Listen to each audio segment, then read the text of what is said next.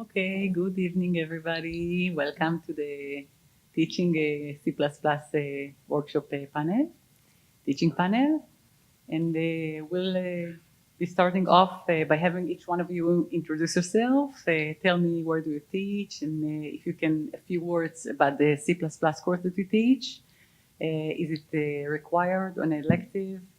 And what is the background of the students that reach the C++ course? What year the study, semester, and what other programming languages they learned before?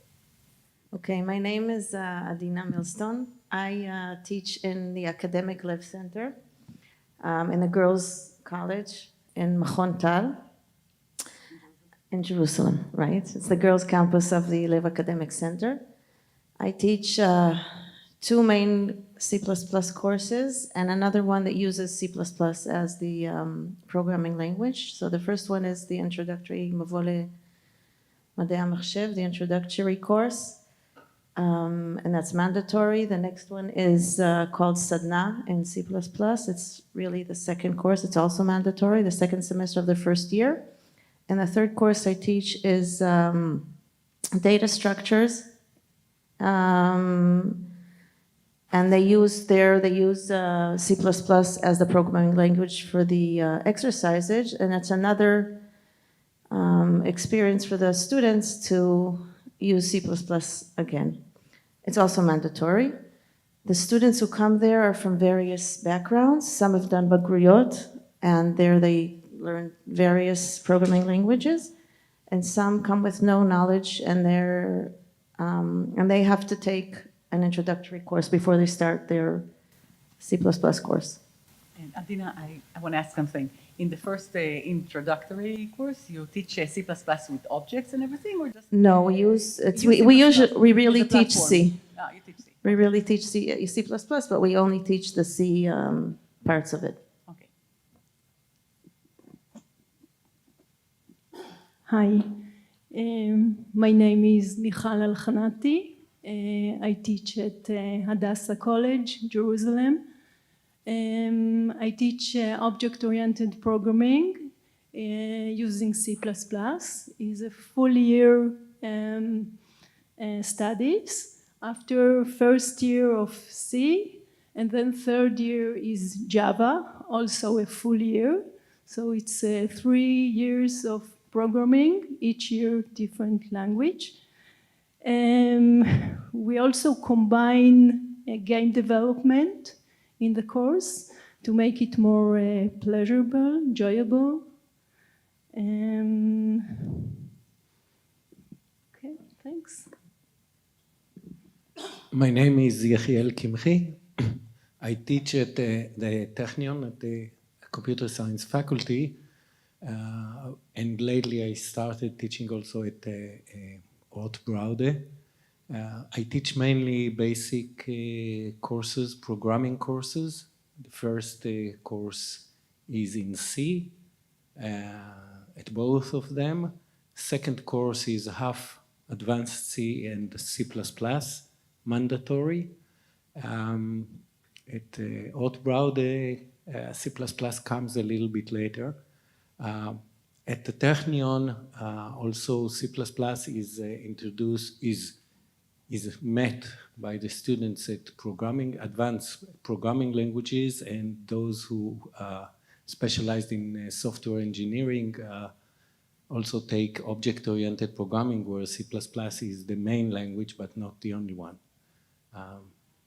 That it is, mainly the idea is that students should know the ins and outs of how the computer works. Hi, I'm Amir Kirsch. I teach object-oriented and C++ programming here at the Academic College of Tel Aviv-Yafo, and another course that also uses C++ called Advanced Programming in Tel Aviv University. The course here in the Academic College of Tel Aviv-Yafo is second year, first semester, so it is the third semester of studies. They learn before that C in their first year. It is a mandatory course, so they leave us, all the students, knowing good level of C++. At Tel Aviv University, it was a mandatory course for software engineering till the last semester. So I used to have about 120 students per semester, and after the course became elective, it dropped to about 50. Hi, my name is Meir. I also teach at the Academic Center of Lev Academic Center. I teach also in the Lev Academic Center is a bit of a unique institution in Israel, is that we have separate campuses according to gender because of the target population, which are religious Orthodox Jews. So we have separate campuses for the different genders. I teach also by the men and also by the women. I'll just add on two things that to Adina. We teach our Introduction to Computer Science course in first semester. It's a 3-hour lecture course with 2 hours of lab or recitation. Then we have the workshop in C++, and that's where they first learn objects. In the first semester, basically we're teaching C with a flavor of C++, but it's printf, scanf, C in, C out, but we're teaching C. Also new and delete and not malloc. But basically we're teaching that, and in the second semester they have a 3-hour course called the Workshop in C++. That's where they're learning the objects. In parallel to that, they learn their first data structure course. And there they learn and they write in pseudocode. What Adina mentioned about data structures is the data structures 2, which they do in second year, first semester. And there they're applying more advanced data structures, and they're implementing in C++, and that's where they really hit the maps and the templates and STL really hard. So that's for now. Okay, so now I want to start with the major question that I think it's basic and interesting to us all, is why C++? Obviously, there are many, many other high-level languages by now. So what is the reason C++ is taught in your institution? And maybe the status of it changed over the years, or maybe there were thoughts or attempts of changing the status over the years? Anyone who wants to answer, feel free to answer. Okay, so I will start. Here at the Academic College of Tel Aviv Yafo, as I said, it is a mandatory course. There were talks along the years, thoughts and talks about considering other options like C#, like Java, but usually I just convince them that let's stick with C++. And I have a few reasons for that. First of all, our graduates, many of them find actual jobs in the C++ industry. So if it works, don't break it. And I also believe that learning C++, you become a better programmer. So you know the under the hood. There is a post by Joel Spolsky, if you heard about him, the guy behind Stack Overflow, the perils of the Java schools, how the institutions went to Java, and Java is not something bad. Eventually you can program in Java, and many of our graduates do that, but it will, two things will happen. First, it will make it harder to pick the good ones, because you know one is a good programmer if he is good at C++. This is the argument, I believe in it.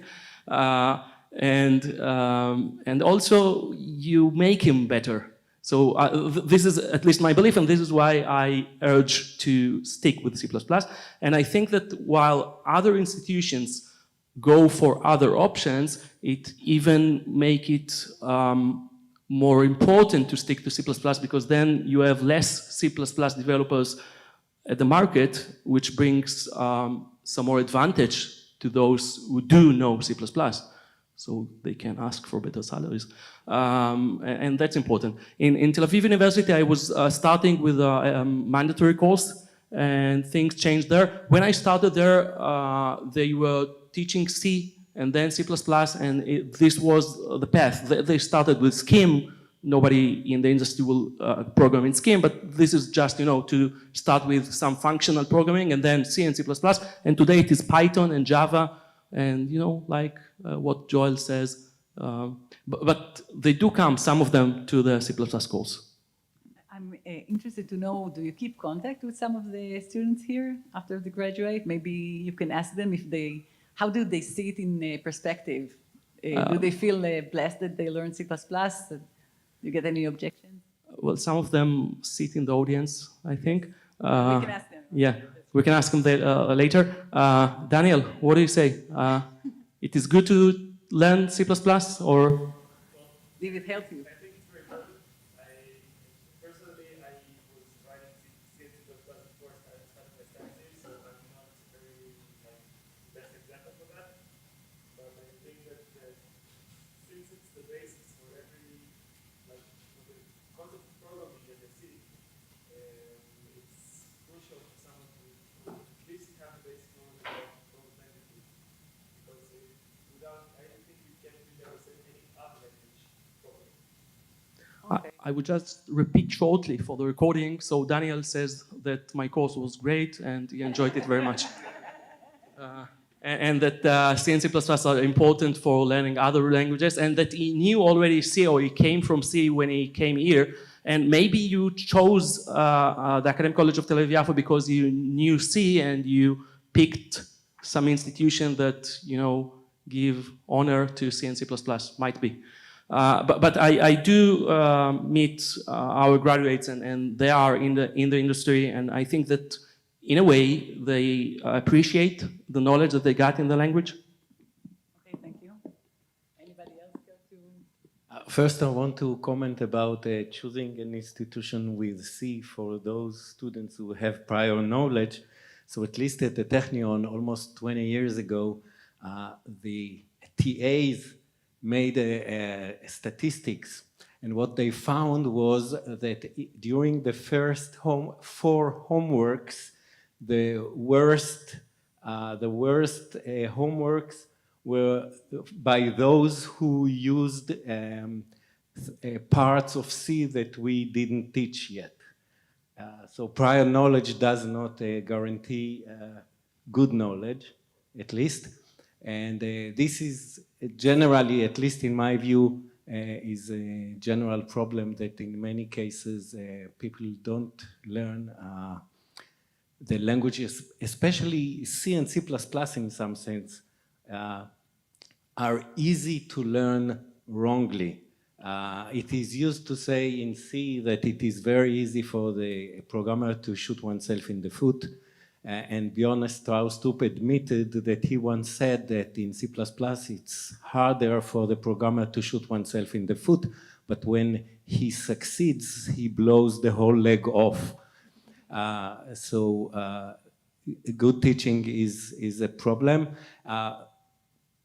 I'm not involved in decisions of the Technion, but when students ask me why not teaching Java, I said, if you know C++, it's easy to learn Java. If you know Java, learning C++ is just from the beginning. That's true. I agree. The question is, what is also the FPL, the first programming language? We're an institution, sitting in the Faculty of Engineering. So we also have software engineering, electrical engineering, physics engineering. So, and it's a common course for everybody. So one of the reasons that we're into C as a first language, C, C++, is because it's part of the engineering faculty. And that's an important element because they need to be able to go into embedded systems and know that type of knowledge base. Also, there's the main question in education, in computer science education, is objects first or not. It's a big dialogue that's been going on for the last 20 years. And you can find people that will say this and people will say that. And it's a big question.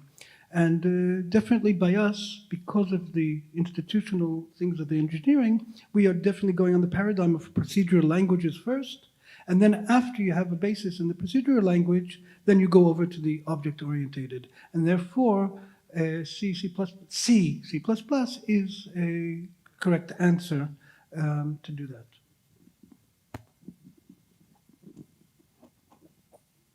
You already said everything. Same. No, come on.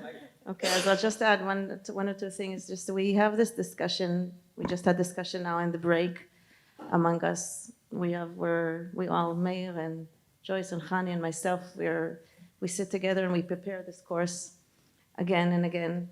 And Chani and Joyce work very hard on this course. And the question is really if we should continue teaching C++ because it looks like maybe it's passé, maybe people don't use it anymore. So here we hear in the audience, and we spoke to you also in the break that it's not, that we should continue, right? Well, like I said yesterday, eventually you need to choose the right language for what you do. So not always C++ would be the right tool. But in some places, I believe that at least from the moment point of view, C and or C++ remain always in some issues at least. For example, in airborne systems, and also if you need the very last bit of optimization, like we heard on the other session on high-frequency trading and in gaming. So wherever you need to start and take the most of the performance, that will probably remain, and also in where safety and reliability are a big issue. Well, I don't know, but from what I see now, this is still remain there.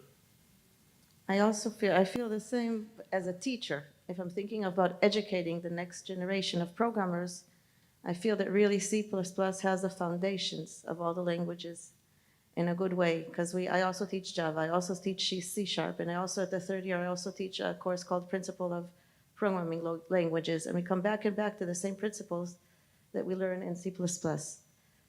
So You get I don't any know. objections from your students, or maybe they like it, like the you? students are just busy surviving in their first Really? year. So they're- Maybe I'll just add one sentence. Yes. Starting with C and C++ is a bit like working with a hammer and a chisel. And this is why it feels right. Okay. First of all, I like and I used your analogy with the hammer and chisel, but this I will save for the lecture, the presentation I will do tomorrow.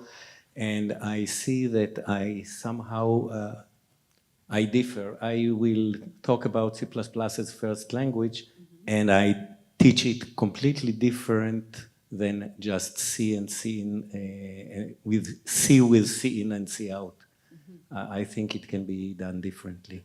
Okay, you start with objects and everything. Not really, but I start with object, but not the way you think. Okay, we'll wait I'm for sorry. tomorrow lecture. No problem. Yeah, we will come. Okay, so let's talk about teaching C++ while you're teaching C++ versus teaching C when you're teaching C++ in the light of the Kate Gregory talk. Stop Teaching C, the famous talk. So I want to know what's your opinion about teaching first row pointers or maybe smart pointers, teaching char pointers, or maybe start with stud vectors, etc.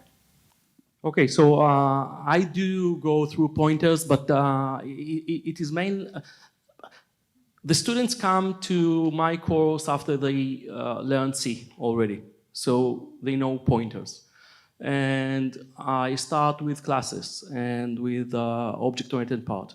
So in a way, I'm doing it bottom-up and not exactly as Kate Gregory in the Stop Teaching C when you're teaching C++ would recommend.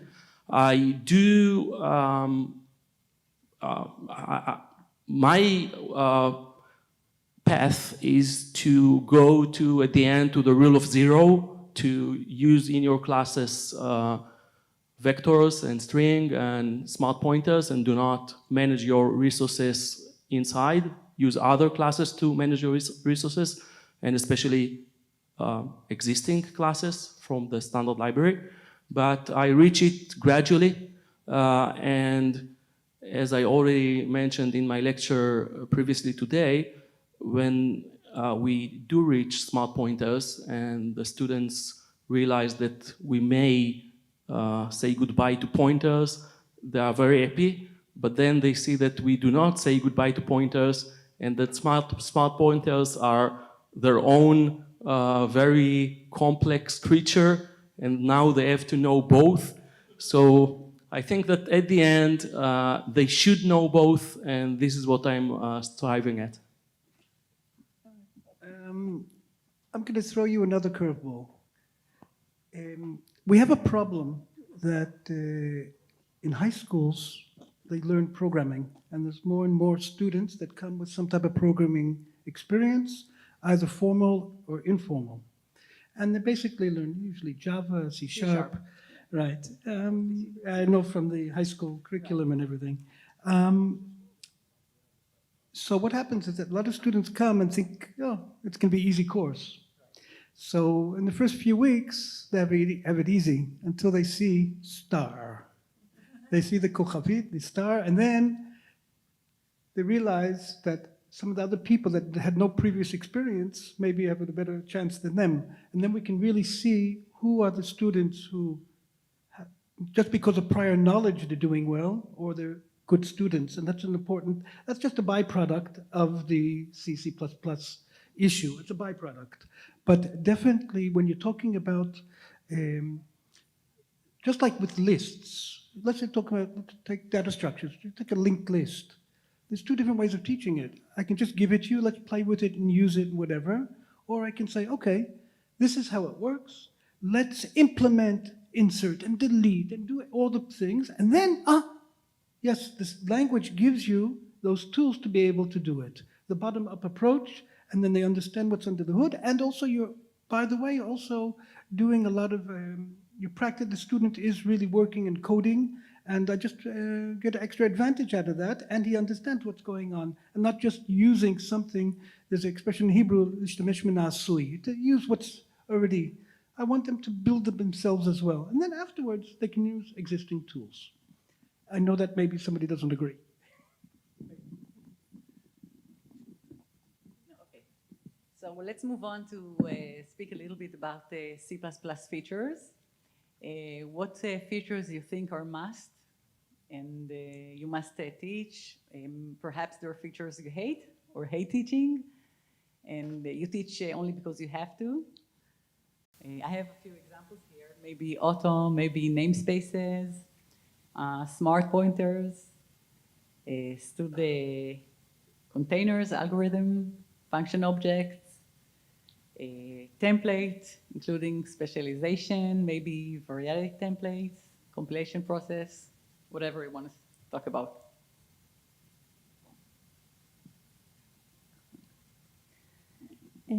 Because we have a whole year for C++ programming, we have the privilege of teaching almost all these subjects. I'm not trying to go into very fine details.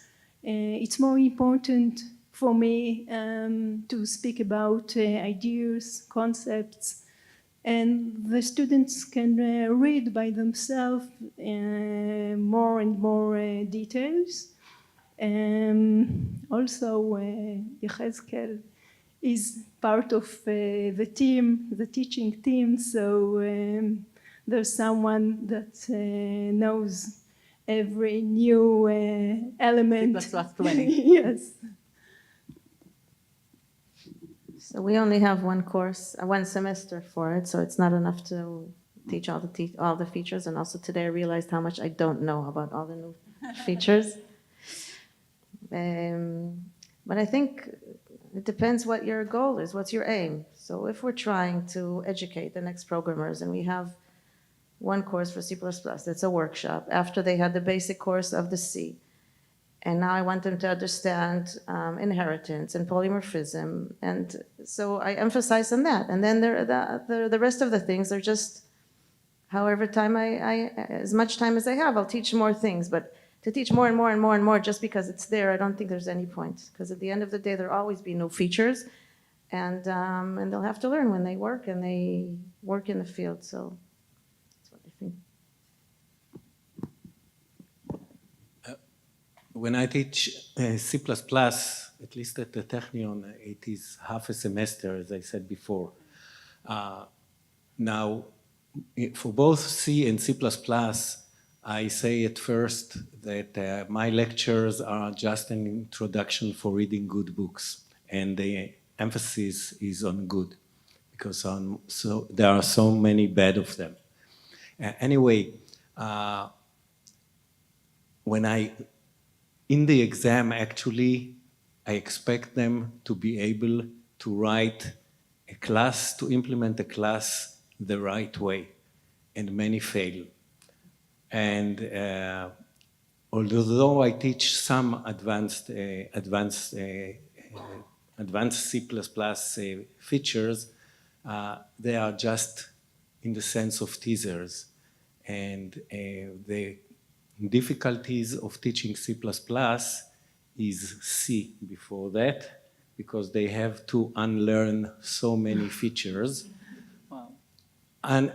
But I do not agree that we should skip pointers, etc., because in one discussion group of the Association of C and C++ group, someone says, well, we don't need pointers anymore. And I said, but who will implement the next generation of STL? So they should know quite a lot, but the basics is still the challenge. Regarding the features that you don't have time and you only give them teasers, you think the curious students bite on the teaser and go and learn them by themselves? Some do. Some do, and some hate me. I don't mind. Legitimate. There is a principle in software engineering, mainly coming from UI, I think, the principle of least astonishment. And it relates to this question because my goal is that if they would work in C++ and they go to actual coding field, they will, in a way, experience the least astonishment. So I try to learn them anything that when they will see a program, they would not say, hey, we didn't learn that. And it means that anything that there are chances in a way that they will meet, I think that they need to meet in the course, even if I do not invest too much time in that. There are other things that even if they see, they can learn by themselves. There was a discussion lately in the SG20 group, the ISO CPP work group on education, which this workshop is in a way some of this effort, related to this effort. And we have Chris DiBiela as part of the organizing team of this workshop. He's not here today with us, and he's leading the SG20. And there was a discussion there on teaching character encoding. And there were many teachers who said that this is very important, character encoding. You cannot teach string without talking about UTF and encoding. And my view on that is that they should go and learn that on themselves if it is relevant to their code. Because, you know, chances that might not be relevant at all. And, you know, they can just go with char, simple char. So I do invest in things that I think they will, most chances will see in the field. Somebody wants to ask you a question. I would like to comment on this. That, first, I agree with you, but maybe you would like to mention like something advanced. If you want to go further, you might read about Unicode and UTF just for enrichment or something, like teasing them with this, even though it's not part of the material. Yeah, so the idea of teasing them is something that we teachers do all the time. And then again, we need to, if we spend an hour of teasing at the end of each lesson, it's too much. So we need even that to choose, to pick our teasing. So we are teasing about, okay, there is the STD thread, maybe we did a small example, but there is more. So we have a lot to tease about, okay? And character encoding is not in the list of my teasings. Yeah.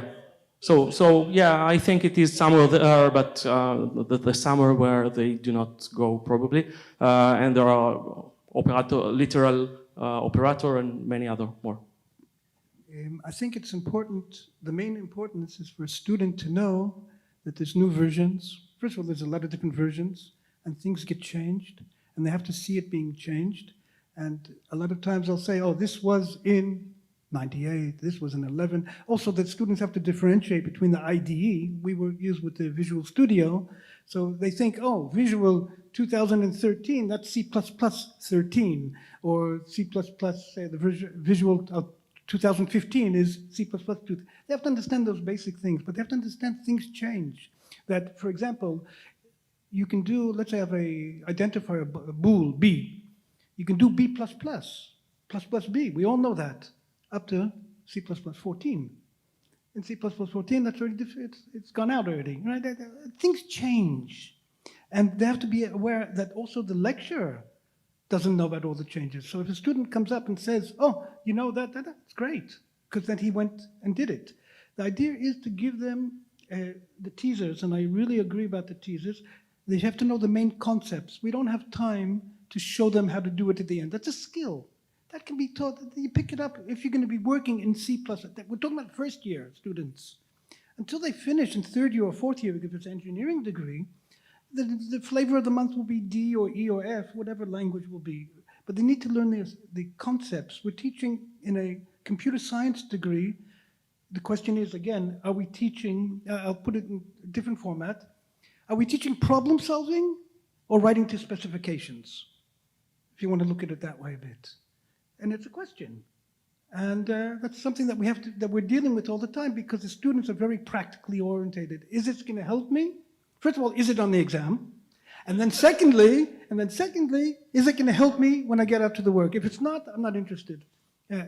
Just reference calculus differential equations. Yes. I would add something more, which is not related only to C++, but is important both for students, and I see it in the field as well. But students tend to come and say, it doesn't work for me. It doesn't work. And I teach them to elaborate. Doesn't work means didn't compile. It runs but doesn't provide the expected output. It crashes. And then they think that they don't have the answer. And I also teach them to read the compilation error because when there are compilation errors, they go and fix the code. And then I'm asking, what are you doing? Because we have a lab, and some of the labs I pass, I teach them, and I see that they do not read the compilation error before going to fix the code. So we do that together, and then we go to Stack Overflow or to Google, and we start to analyze and understand what was the error before fixing it. I think it's important. Okay, let's move on to discuss the level of knowledge and understanding of the students. It's a broad question, so just feel free to share your teaching targets regarding that understanding and knowledge level.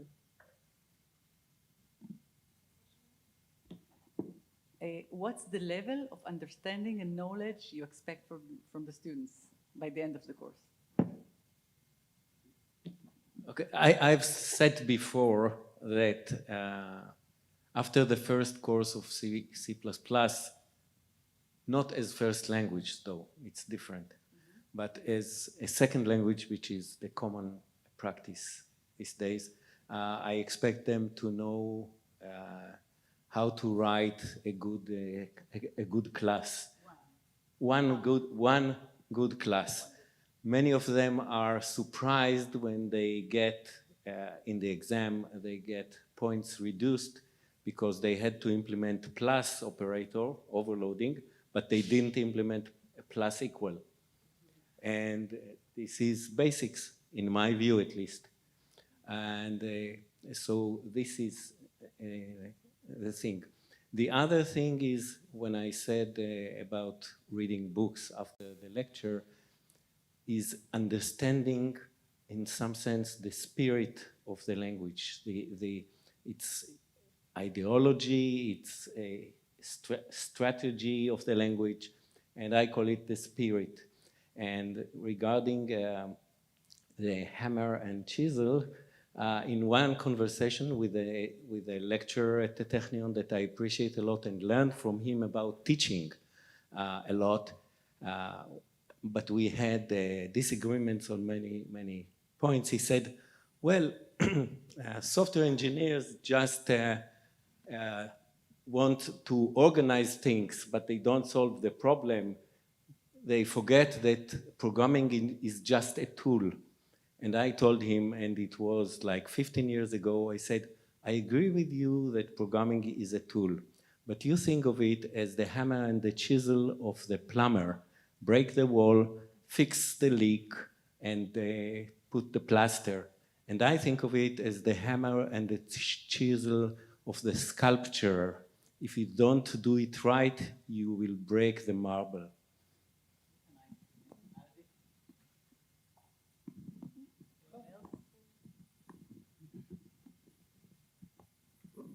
Again, we teach a first-year course. So the first course, which is really C, is we just basically want them to first learn the language. And I think by the second course, we really expect them to already not be afraid of facing a problem and having a way to solve it in the object-oriented programming. But that's what I think, what we expect from them, more or less. We're still guiding them. Every exercise still guides them how to break up the classes, but I think that's where we're going towards. Since we wrap our course with games, so we are very happy to see in the end that they manage with developing a whole simple computer game. It means definitions, requirements, choosing the right data structures, the algorithms, libraries, code, designing, testing, and of course playing. This is what we would like to see at the end of the course. Yes. So it relates in a way to the grading or what I'm looking, I mean, in a more technical way. In my course, both at the Academic College of Tel Aviv-Yafo and then in Tel Aviv University, I have an exam which is a multiple choice questions where they have to read code and answer questions. And for that, they need to be able to read complex C++ code, which is important. And that's all. In the past, I gave them also time to write code, and I saw that there isn't enough time during the exam to write proper code. So there are some very fast students, but most of them do not. I can give them 10 hours, but I don't have, doesn't seem reasonable. So I do give them ongoing project during the semester where they have to write code, object-oriented code in proper C++. And I also like games. So for example, do you know Thunderbird? There was a very old game, Thunderbird, a small spaceship and a bigger spaceship who need to travel the way inside, I think it is Egyptian pyramids. So they do that in a console screen, and it's great because they invent the screens, and from one screen they go to the next screen, and they are very enthusiastic about games, and it's a complicated object-oriented task. I like it. We teach, the name of the course is Introduction to Computer Science. It's not Introduction to Programming. I think that's part of the answer. We want to teach the students computer science, algorithmics, problem solving. That's what they need. The vehicle is the language. So We want them to be able to use the language. So in Talmudic literature, there's an expression, hafochba kikuloba. In English, I even translated it, turn it and turn about it, turn it and turn about in it, for everything is in it. Just go deep, go through it all the time, and you'll find your answers. But we want them to learn computer science, algorithms. I would just add one thing. I totally agree. In my project, I don't tell them what to use. And they ask me back, should we use here 2 classes, 4 classes? Should we use here inheritance? And I'm telling them, I don't know. It depends on your solution. It might be that inheritance would fit there or not. I can't tell you without seeing your entire design, which is yours. So they need to think, and in many cases, the decision is not only what to use, is also what not to use, which is very important.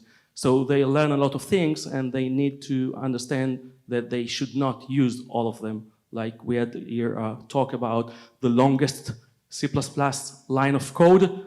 No, they don't need to use that one. Okay, so a subject we cannot avoid is the subject of grading. So can you share some ideas? How do you grade your students? Final exam, midterm exam, project, homework?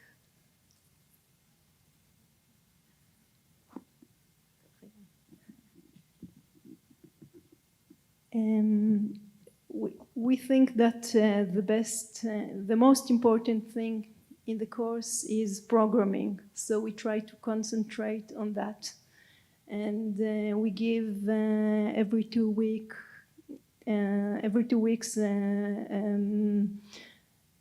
some kind of project, of exercise.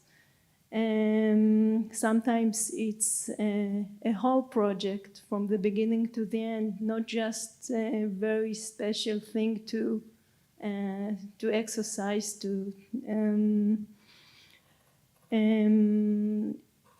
and then we have a final project in the end of the semester, each semester. They do it in pairs? Even more, Even 3, 4 students. It's always a game at each semester. The first game at semester A is a game that we are telling them. We are defining it. And the next semester they choose it, they pick it, they do everything from the beginning to the end. And also we have an exam. It's Can't avoid the exam. we can't avoid it. Right. What we have is we have exercises that we give them once a week on the latest features that have been learned. That's in the 2 courses. In one of them, it's 20% of the grade, and the other one it's just 30, and the rest is the exam. But they all know when we pump it into them again and again that whoever does not do the assignments just will not pass the exam. You have to pass the exam in order to pass the course. So even though the grading on the exercises is lower percentage than the exam, they have to do, I think they have to do the exercises in order to pass the exam. In these 2 courses, we don't have a project. In the data structures course, there's kind of a project that like takes the exercises and builds them one on top of each other towards this along the semester. There have been thoughts about a midterm exam, but we have to find a way of grading these exams that will make it reasonable for us as lecturers. With so many students, it won't take up a whole week to check. You can use multiple choice questions. Yeah, but it's not fair on them. That doesn't really, I don't know, whatever. It's another discussion. Yeah, We have to. That's true.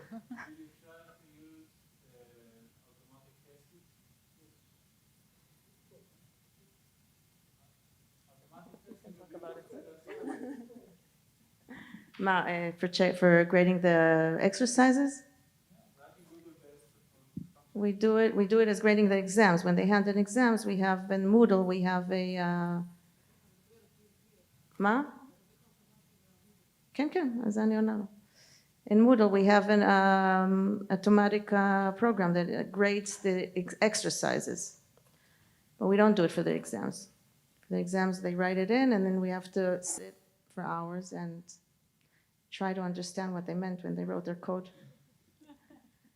So apart from, even if we have 80% multiple choice questions, we still.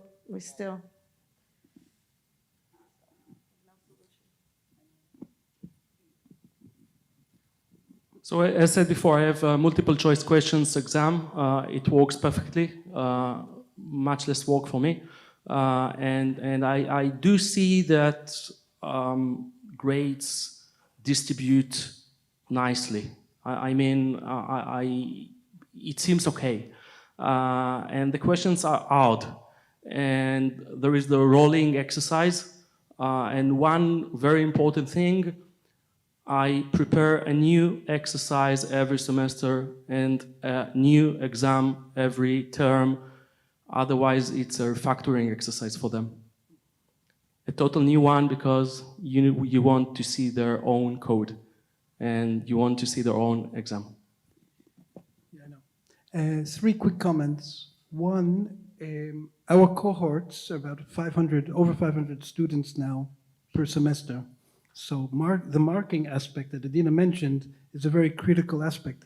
Forget about the learning of the student, the lecturer also, or the team of lecturers, is it's a very important factor. But over and above that, I firmly believe, and here I don't get total agreement with everybody, in formative evaluation. The summative evaluation is formative evaluation. It's very critical, important for students to get timely feedback. And I want the student to, through the process that he's learning, to do things, get feedback, and continue. Summative, okay, at the end, okay, let's see, write a program, do this or do that. But it's, especially with our type of new students now, it's important for them to all the time to get constant feedback, and they learn much better. I think the performance would be, in the end, much better that way. But how much formative can you do? Again, how can you mark all these exercises, even with automatic thing? But that automatic is already incorrect. I want to look at the student's code and comment. So, okay, the use cases works. Okay, he gets his 80, whatever. But I want to see how he writes it. I want to see these things, and I want him to get feedback. He needs that feedback. And we have a problem, it's logistic problems, but on the theoretical basis, they should be having all the time formative evaluation, which might be in the end only 10 or 20% of the final mark. It doesn't have to be because the learning. Okay, let's look at the end. That's the summative evaluation at the end of the course. But don't forget the formative aspect. I think it's critical. Okay, our time is almost up, so I finally want to hear your opinion. How do you see C++ within 10 years from now? Live and kicking, or replaced by other? My answer is? Your answer is? Ask the AI. Okay. I think AI will wait a bit. And I think the conference, in a way, gives the answer. We had here more than 300 people for C++. And I think Rust brings less people. I don't know if there is a Rust conference around. Didn't hear about Go conference. They will be, okay, but still not. And C++ is there because of legacy code, because of new code, new projects. So I think it is live and kicking, will stay with us for a while. Yeah, use the industry.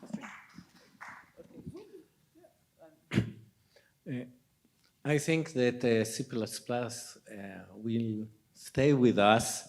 There is a possibility of a successor to C++, which is called D, but it's not well known enough.